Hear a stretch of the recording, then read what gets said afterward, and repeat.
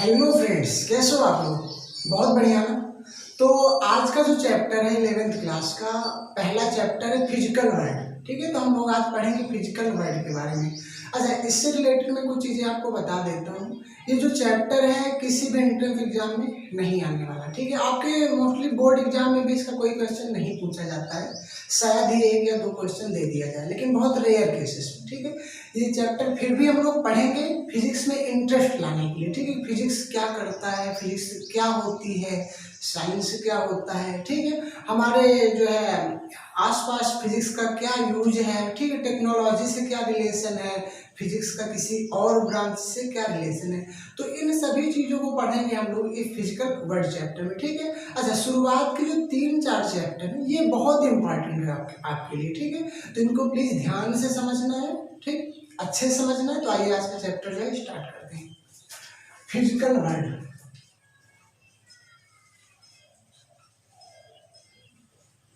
Physical world. ठीक है, तो पहला जो क्वेश्चन होता है व्हाट इज फिजिक्स। फिजिक्स क्या है?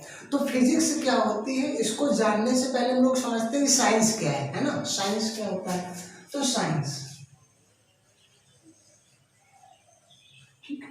साइंस जो है एक लैटिन शब्द है सिंटिया।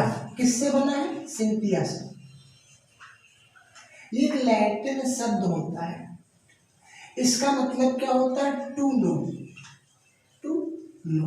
ठीक है, कहने का मतलब क्या है कि किसी भी चीज के बारे में अच्छी तरीके से जानकारी आपको हो, वही साइंस है। क्या है? साइंस। तो किससे मिलकर बना है? लैटिन वर्ड सिंटिया से मिलकर हमारा क्या बना है? साइंस। और इसका मतलब क्या होता है? To know. अगर हम लोग संस्कृत वर्ड पे जाएं, किस पे जाएं? संस्कृत वर्ड। ठीक है, तो संस्कृत में विज्ञान और अरेबिक वर्ड अगर हम लोग पढ़ें इल्म। ठीक है, संस्कृत में विज्ञान और अरेबिक में इल्म शब्द, इन दोनों का मतलब होता है जानना। क्या होता है? जानना। ठीक है, तो कहने का मतलब साइंस सिंटिया से मिलकर बना है, जिसका मतलब होता है जानना। संस्कृत का वर्ड विज्ञान, इसका भी मतलब क्या होता है? जानना। और अरेबिक वर्ड क्या होता है? इल्म, इसका भी मतलब क्या होता है? जानना। ठीक है, चलिए इतनी बातें हो गई। अब आते हम लोग पढ़ते हैं physics. What is physics. Physics क्या होता है? अब बहुत मजा आने वाला है। फिजिक्स की स्टार्टिंग कहाँ से हुई? कौन सा वर्ड जो है आया जिससे हमारा फिजिक्स बना? तो एक ग्रीक वर्ड था हमारा फिजिक्स। ठीक है, ग्रीक वर्ड था आपका। ठीक है, इसको हम लोग बोलते हैं फ्यूसिस। क्या कहते हैं? फ्यूसिस। ये ग्रीक वर्ड है। ग्रीक वर्ड ये था, इससे बना फ्यूसिस। फ्यूसिस को ही हम लोग लास्ट में कहते हैं फिजिक्स। क्या कहते हैं? फिजिक्स। इसका मतलब क्या होता है फ्यूसिस का? इसका मतलब होता है नेचर। क्या होता है?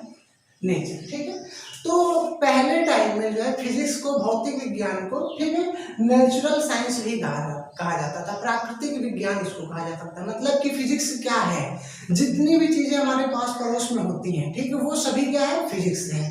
तारों का टिमटिमाना, ठीक है, दिन रात का होना, बरसात का होना, ज्वालामुखी का फटना। ठीक है, आप हमें अपनी स्क्रीन पे डिस्प्ले पे देख पा रहे हो। ठीक है, मेरे जो साउंड है, मेरा जो वर्ड है वो आप तक पहुंच रहा है। ये सभी चीजें क्या होती हैं? फिजिक्स होती हैं। ठीक है, तो ये सभी चीजें क्या है? फिजिक्स है। किससे आया है? फ्यूसिस से मिलकर बना है। ठीक, किससे मिलकर बना है? फ्यूसिस से मिलकर बना है। अब हम लोग बात करेंगे फिजिक्स का मैथमेटिक्स से क्या रिलेशन है। तो क्या होगा? Physics in relation to mathematics। तो आप कह सकते हो बिना मैथमेटिक्स के हमारी फिजिक्स अधूरी है। क्या है? इनकम्प्लीट। ठीक है, बिना मैथमेटिक्स के हम लोग फिजिक्स का कोई भी डेरिवेशन, कोई भी न्यूमेरिकल सॉल्व नहीं कर सकते हैं। यहाँ तक कि जो है बहुत बड़े बड़े स्पेस रिसर्च सेंटर में भी मैथमेटिशियन लोग रहते हैं, और वहाँ पे मैथमेटिक्स के ट्रिक्स का यूज करके, फार्मूलों का यूज करके वो लोग क्या करते हैं? बहुत जटिल समस्याओं को सॉल्व करते हैं। तो आप कह सकते हो कि फिजिक्स जो है वो मैथ्स के बिना क्या है, इनकम्प्लीट है। और यहाँ तक मैथ्स भी क्या होता है, वो फिजिक्स के बिना कुछ नहीं है। ठीक है, तो दोनों में आपस में क्या होता है, एक रिलेशनशिप होता है। ठीक, ये चीजें होती हैं। ठीक है, तो अगली हेडिंग हम लोग पढ़ेंगे यूनिफिकेशन एंड रिडक्शनिज्म। ये क्या होता है, जैसे unification, unification and reductionism. Unification,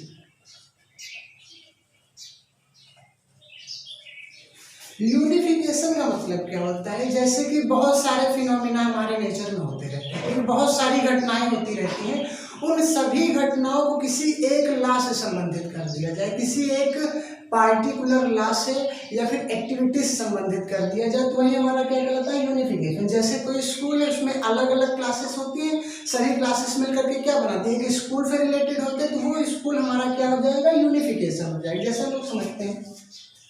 ठीक है, न्यूटन साहब ने क्या बताया, सेब गिरता है, ठीक है, फ्री फॉल ऑफ सेब। अच्छा, जो प्लैनेट होते हैं वो सन के राउंड में मोशन करते रहते हैं, ये भी क्या है, जैसे आप समझ लो, free fall of apple, apple, ठीक है, motion of planet around sun, ठीक है। इसी प्रकार से और भी कोई भी चीज ले लेते हैं, हमारी जो अर्थ है वो भी सन के राउंड में क्या करती रहती है, मोशन करती रहती है। तो इन सभी चीजों का जो रिलेशन है किससे है, law of gravitation, law of gravitation.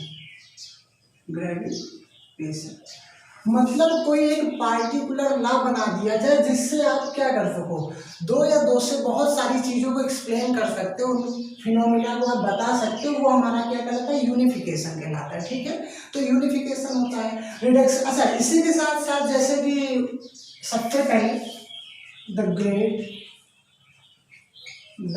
Unification, ये कौन थे, सर आइजैक न्यूटन थे, आइजैक न्यूटन, ठीक है, जिन्होंने आपको क्या बताया, लॉ ऑफ ग्रेविटेशन दिया। इसके बाद आए मैक्सवेल साहब ने, इन्होंने इलेक्ट्रोमैग्नेटिज्म को अच्छे समझाया। ये हम लोग 12th में पढ़ेंगे इलेक्ट्रोमैग्नेटिज्म के बारे में। ठीक है, अच्छा, और आफ्टर साहब ने क्या बताया कि जब किसी वायर में आप करंट फ्लो करवाते हो तो उसके अराउंड में मैग्नेट उत्पन्न हो जाता है, ठीक, मैग्नेटिक फील्ड क्रिएट हो जाता है। इसके अपोजिट में फैराडे साहब ने बताया कि जब किसी वायर के निकट आप क्या करते हो, ठीक है, मैग्नेट को मूव करवाते हो तो उस वायर में करंट फ्लो हो जाता है। ठीक है, तो ये सारी चीजें किसको ड्राइव करती है, यूनिफिकेशन को। क्या मतलब होता है, बहुत सारी घटनाओं को आप उठा लो, उसको किसी एक पार्टिकुलर रूल या पार्टिकुलर लॉ से जोड़ दो, वो हमारा क्या कहलाता है, यूनिफिकेशन कहलाता है। रिडक्शनिज्म क्या होता है, रिडक्शनिज्म, ठीक है, जैसे हमको किसी भी चीज के बारे में जानना है, ठीक है, तो हम उसके बारे में पहले उसके जो छोटे छोटे पार्ट्स होते हैं उनके बारे में जानेंगे, पार्ट्स को जोड़ करके हम लोग क्या करते हैं, पूरी जो आपका ऑब्जेक्ट होता है उसके बारे में जानेंगे। जैसे जनरेटर चलाना है, हमको जनरेटर के बारे में पढ़ना है, तो पहले हम लोग जानेंगे मैग्नेट क्या होते हैं, ठीक है, मैग्नेटिक फील्ड क्या होता है,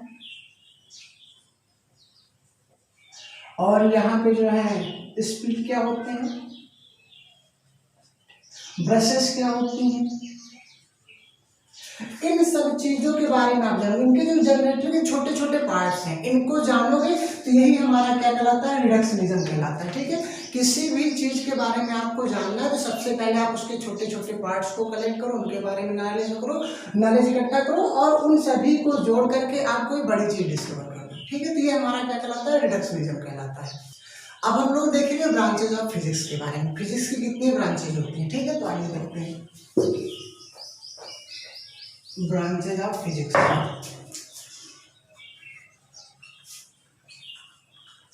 ब्रांचेज ऑफ फिजिक्स, ठीक है, तो दो ब्रांच होती है, क्लासिकल फिजिक्स होता है, क्लासिकल फिजिक्स, ठीक है, और दूसरा आपका होता है मॉडर्न फिजिक्स, मॉडर्न फिजिक्स, ठीक है। क्लासिकल फिजिक्स को हम लोग माइक्रोस्कोपिक फिजिक्स भी बोलते हैं।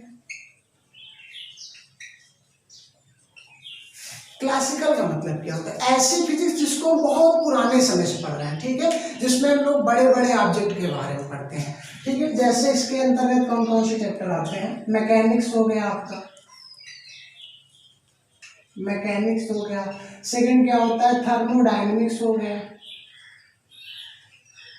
थर्मोडायनेमिक्स। थर्ड क्या होता है? आप इलेक्ट्रिसिटी पढ़ते हो, इलेक्ट्रिसिटी एंड मैग्नेटिज्म। फोर्थ क्या होता है? ऑप्टिक्स, ऑप्टिक्स, ठीक है। तो ये आपके क्या हो जाते हैं? Classical physics. इसमें हम लोग बहुत बड़ी बड़ी चीजों के बारे में पढ़ते हैं। जैसे मैकेनिक्स में क्या होता है? कोई कार मोशन कर रही है, ठीक है, इसमें हम लोग मोशन पढ़ते हैं। ये 11। अच्छा, ये जो है ना आपके चैप्टर 2, मैकेनिक्स और थर्मोडायनेमिक्स, इनको हम लोग क्लास 11 में पढ़ेंगे। और ये इलेक्ट्रिसिटी एंड मैग्नेटिज्म और ऑप्टिक्स जो है ये लोग हम लोग 12th क्लास में पढ़ते हैं। तो मैकेनिक्स में आपको क्या पढ़ना है? मोशन पढ़ना है, ठीक है, फोर्स के बारे में पढ़ना है, एक्सेलरेशन के बारे में पढ़ना है, आपको वर्क एनर्जी के बारे में पढ़ना है, ठीक है, वर्क और एनर्जी, साउंड के बारे में पढ़ना है। तो ये सभी चीजें ऐसे हैं। आपका ग्रेविटेशनल फोर्स जो कि बहुत इंटरेस्टिंग चैप्टर है, इसके बारे में पढ़ना है। थर्मोडायनेमिक्स हम लोग समझते हैं हीट के बारे में, हीट इंजन के बारे में,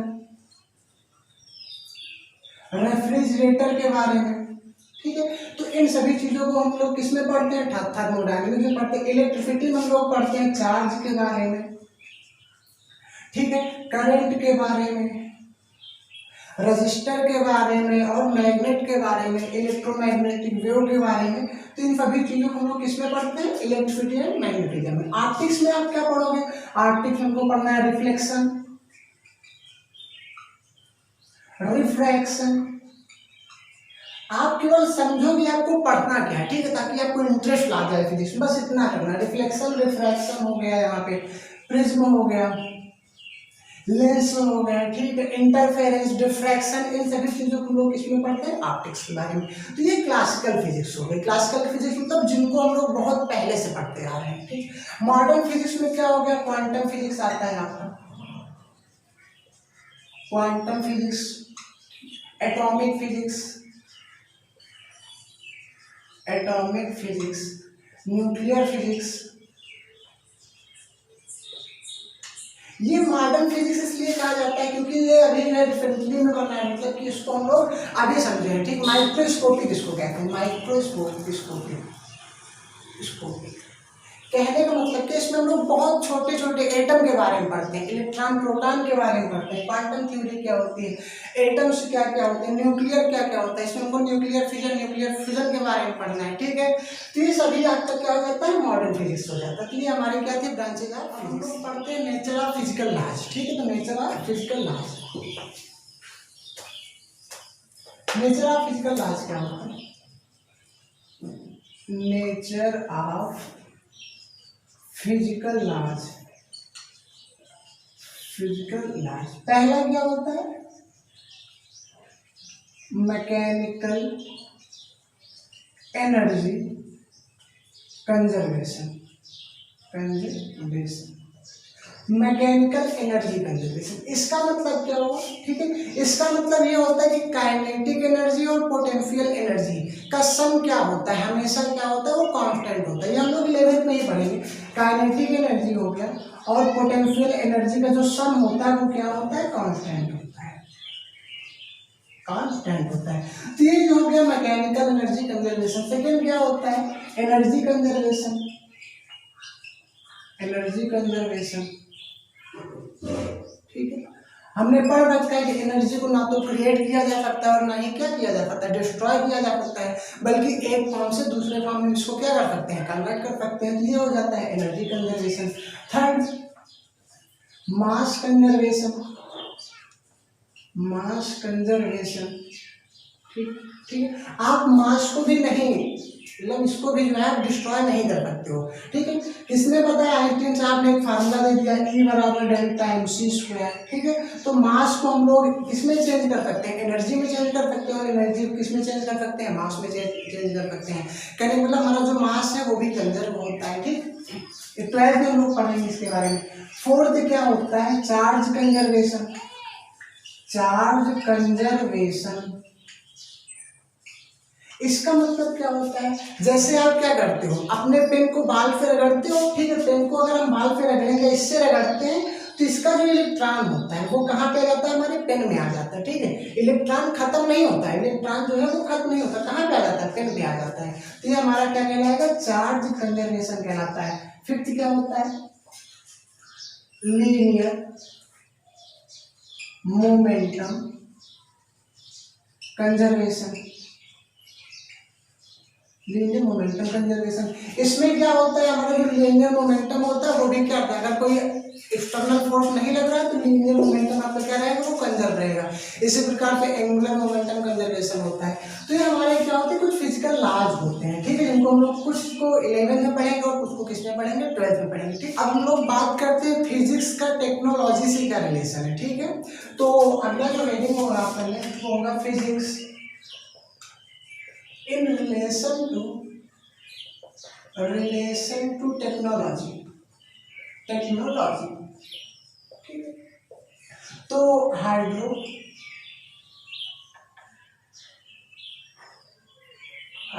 power generator, hydro power generator क्या होता है, इसकी हेल्प से हम वाटर को किसमें, वाटर से हम लोग इलेक्ट्रिसिटी जनरेट करते हैं, ठीक है। आप टरबाइन पे जो है वाटर गिराते हो और हमारी इलेक्ट्रिसिटी बन जाती है। सेकंड क्या होता है, थर्मल पावर जनरेटर। इसमें क्या होता है, आप कोयले की हेल्प से इलेक्ट्रिसिटी को जो है जनरेट करते हो, ठीक है। थर्ड में क्या होता है, स्टीम इंजन। स्टीम इंजन के बारे में हम लोग पढ़ते हैं, ठीक है। स्टीम इंजन को बाद में मॉडिफाई करके जो है डीजल इंजन बनाया गया, डीजल इंजन हो गया, ऐसे हम लोग पढ़ते हैं। फोर्थ क्या होता है, न्यूक्लियर रिएक्टर हो गया, एटम बम हो गया। तो ये सब एटम बम जो हाइड्रोजन बम ये सब किसकी हेल्प से बन रहा है, फिजिक्स की हेल्प से हम लोग इसको एक्सप्लेन कर पा रहे हैं, ठीक है। हाइड्रो पावर प्लांट में भी किसका यूज है, फिजिक्स का। थर्मल पावर प्लांट भी क्या होता है, फिजिक्स के एक प्रकार का होता है। स्टीम इंजन, डीजल इंजन, तो क्या होता है, कहने का मतलब ऑल अबाउट थिंग, जितनी भी चीजें होती हैं वो कहीं ना कहीं फिजिक्स से रिलेट कर रही हैं, ठीक है। उनका फिजिक्स का टेक्नोलॉजी से एक रिलेशनशिप होता है, ठीक है। तो ऐसे करके बहुत सारी चीजें होती हैं जो कि फिजिक्स से रिलेट होती है। जैसे हमारा वो होता है क्या कहते हैं, वायुयान, ठीक है। एरोप्लेन जो होते हैं वो किसकी हेल्प से उड़ते हैं, बर्नौलीज प्रिंसिपल पे वर्क करता है। अब आगे हम लोग पढ़ते हैं कि साइंस की अदर ब्रांचेस का फिजिक्स से क्या रिलेशन है, ठीक है। तो physics in relation to other branches of science, तो जो फिजिक्स है ये साइंस की अदर ब्रांच से कैसे रिलेट, जैसे केमिस्ट्री की बात करें, किसकी बात, तो केमिस्ट्री में ऐसे बहुत सारे जो है रिएक्शंस होते हैं, बहुत सारी एटॉमिक संरचनाएं होती हैं जिनको हम लोग फिजिक्स से ही डिराइव करते हैं, ठीक है। तो केमिस्ट्री से भी इसका क्या होता है, एक रिलेशन होता है।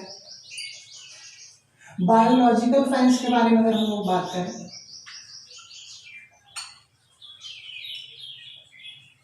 बायोलॉजिकल साइंस जैसे इसमें हो गया टेलीस्कोप हम लोग अच्छे से किसमें समझते हैं, फिजिक्स में ही पढ़ते हैं, ठीक है। टेलीस्कोप हो गया, एक्सरे हो गया, ठीक। एक्सरे की हेल्प से हम लोग क्या कर सकते हैं, फ्रैक्चर को देख सकते हैं, और ये कैंसर के इलाज में भी इसका उपयोग होता है, ठीक है। एक्सरेज का हो गया, ऐसे करके होता है। ऑप्टिकल फाइबर हो गया, ठीक है। तो ये सभी चीजें कहीं ना कहीं जो है बायोलॉजिकल साइंस से भी क्या करती है, रिलेशन करती है। अब मैथमेटिक्स से, इसका मैथ से भी रिलेशन होता है। अच्छा, बिना मैथमेटिक्स के आपका फिजिक्स क्या है, पहले ही बात कर चुके हैं, कुछ नहीं होता। ठीक है, तो ये सारी चीजें हमारी क्या होती हैं, आपको फिजिकल वर्ल्ड को रिलेट करती है। अच्छा, इसके अलावा भी बताने को बहुत कुछ है कि साइंटिस्ट ने कौन सी जो है डिस्कवरीज की, कौन सा इन्वेंशन किया, ये सभी आपके बुक्स में दे दी गई हैं, आप अच्छे से इनको पढ़ लेना। ठीक है, तो बस आज के लिए इतना ही लेक्चर पढ़ते हैं, इसके बाद हम लोग पढ़ेंगे आपका जो है main topic unit and measurement. तो बस आज के लिए इतना ही, थैंक यू।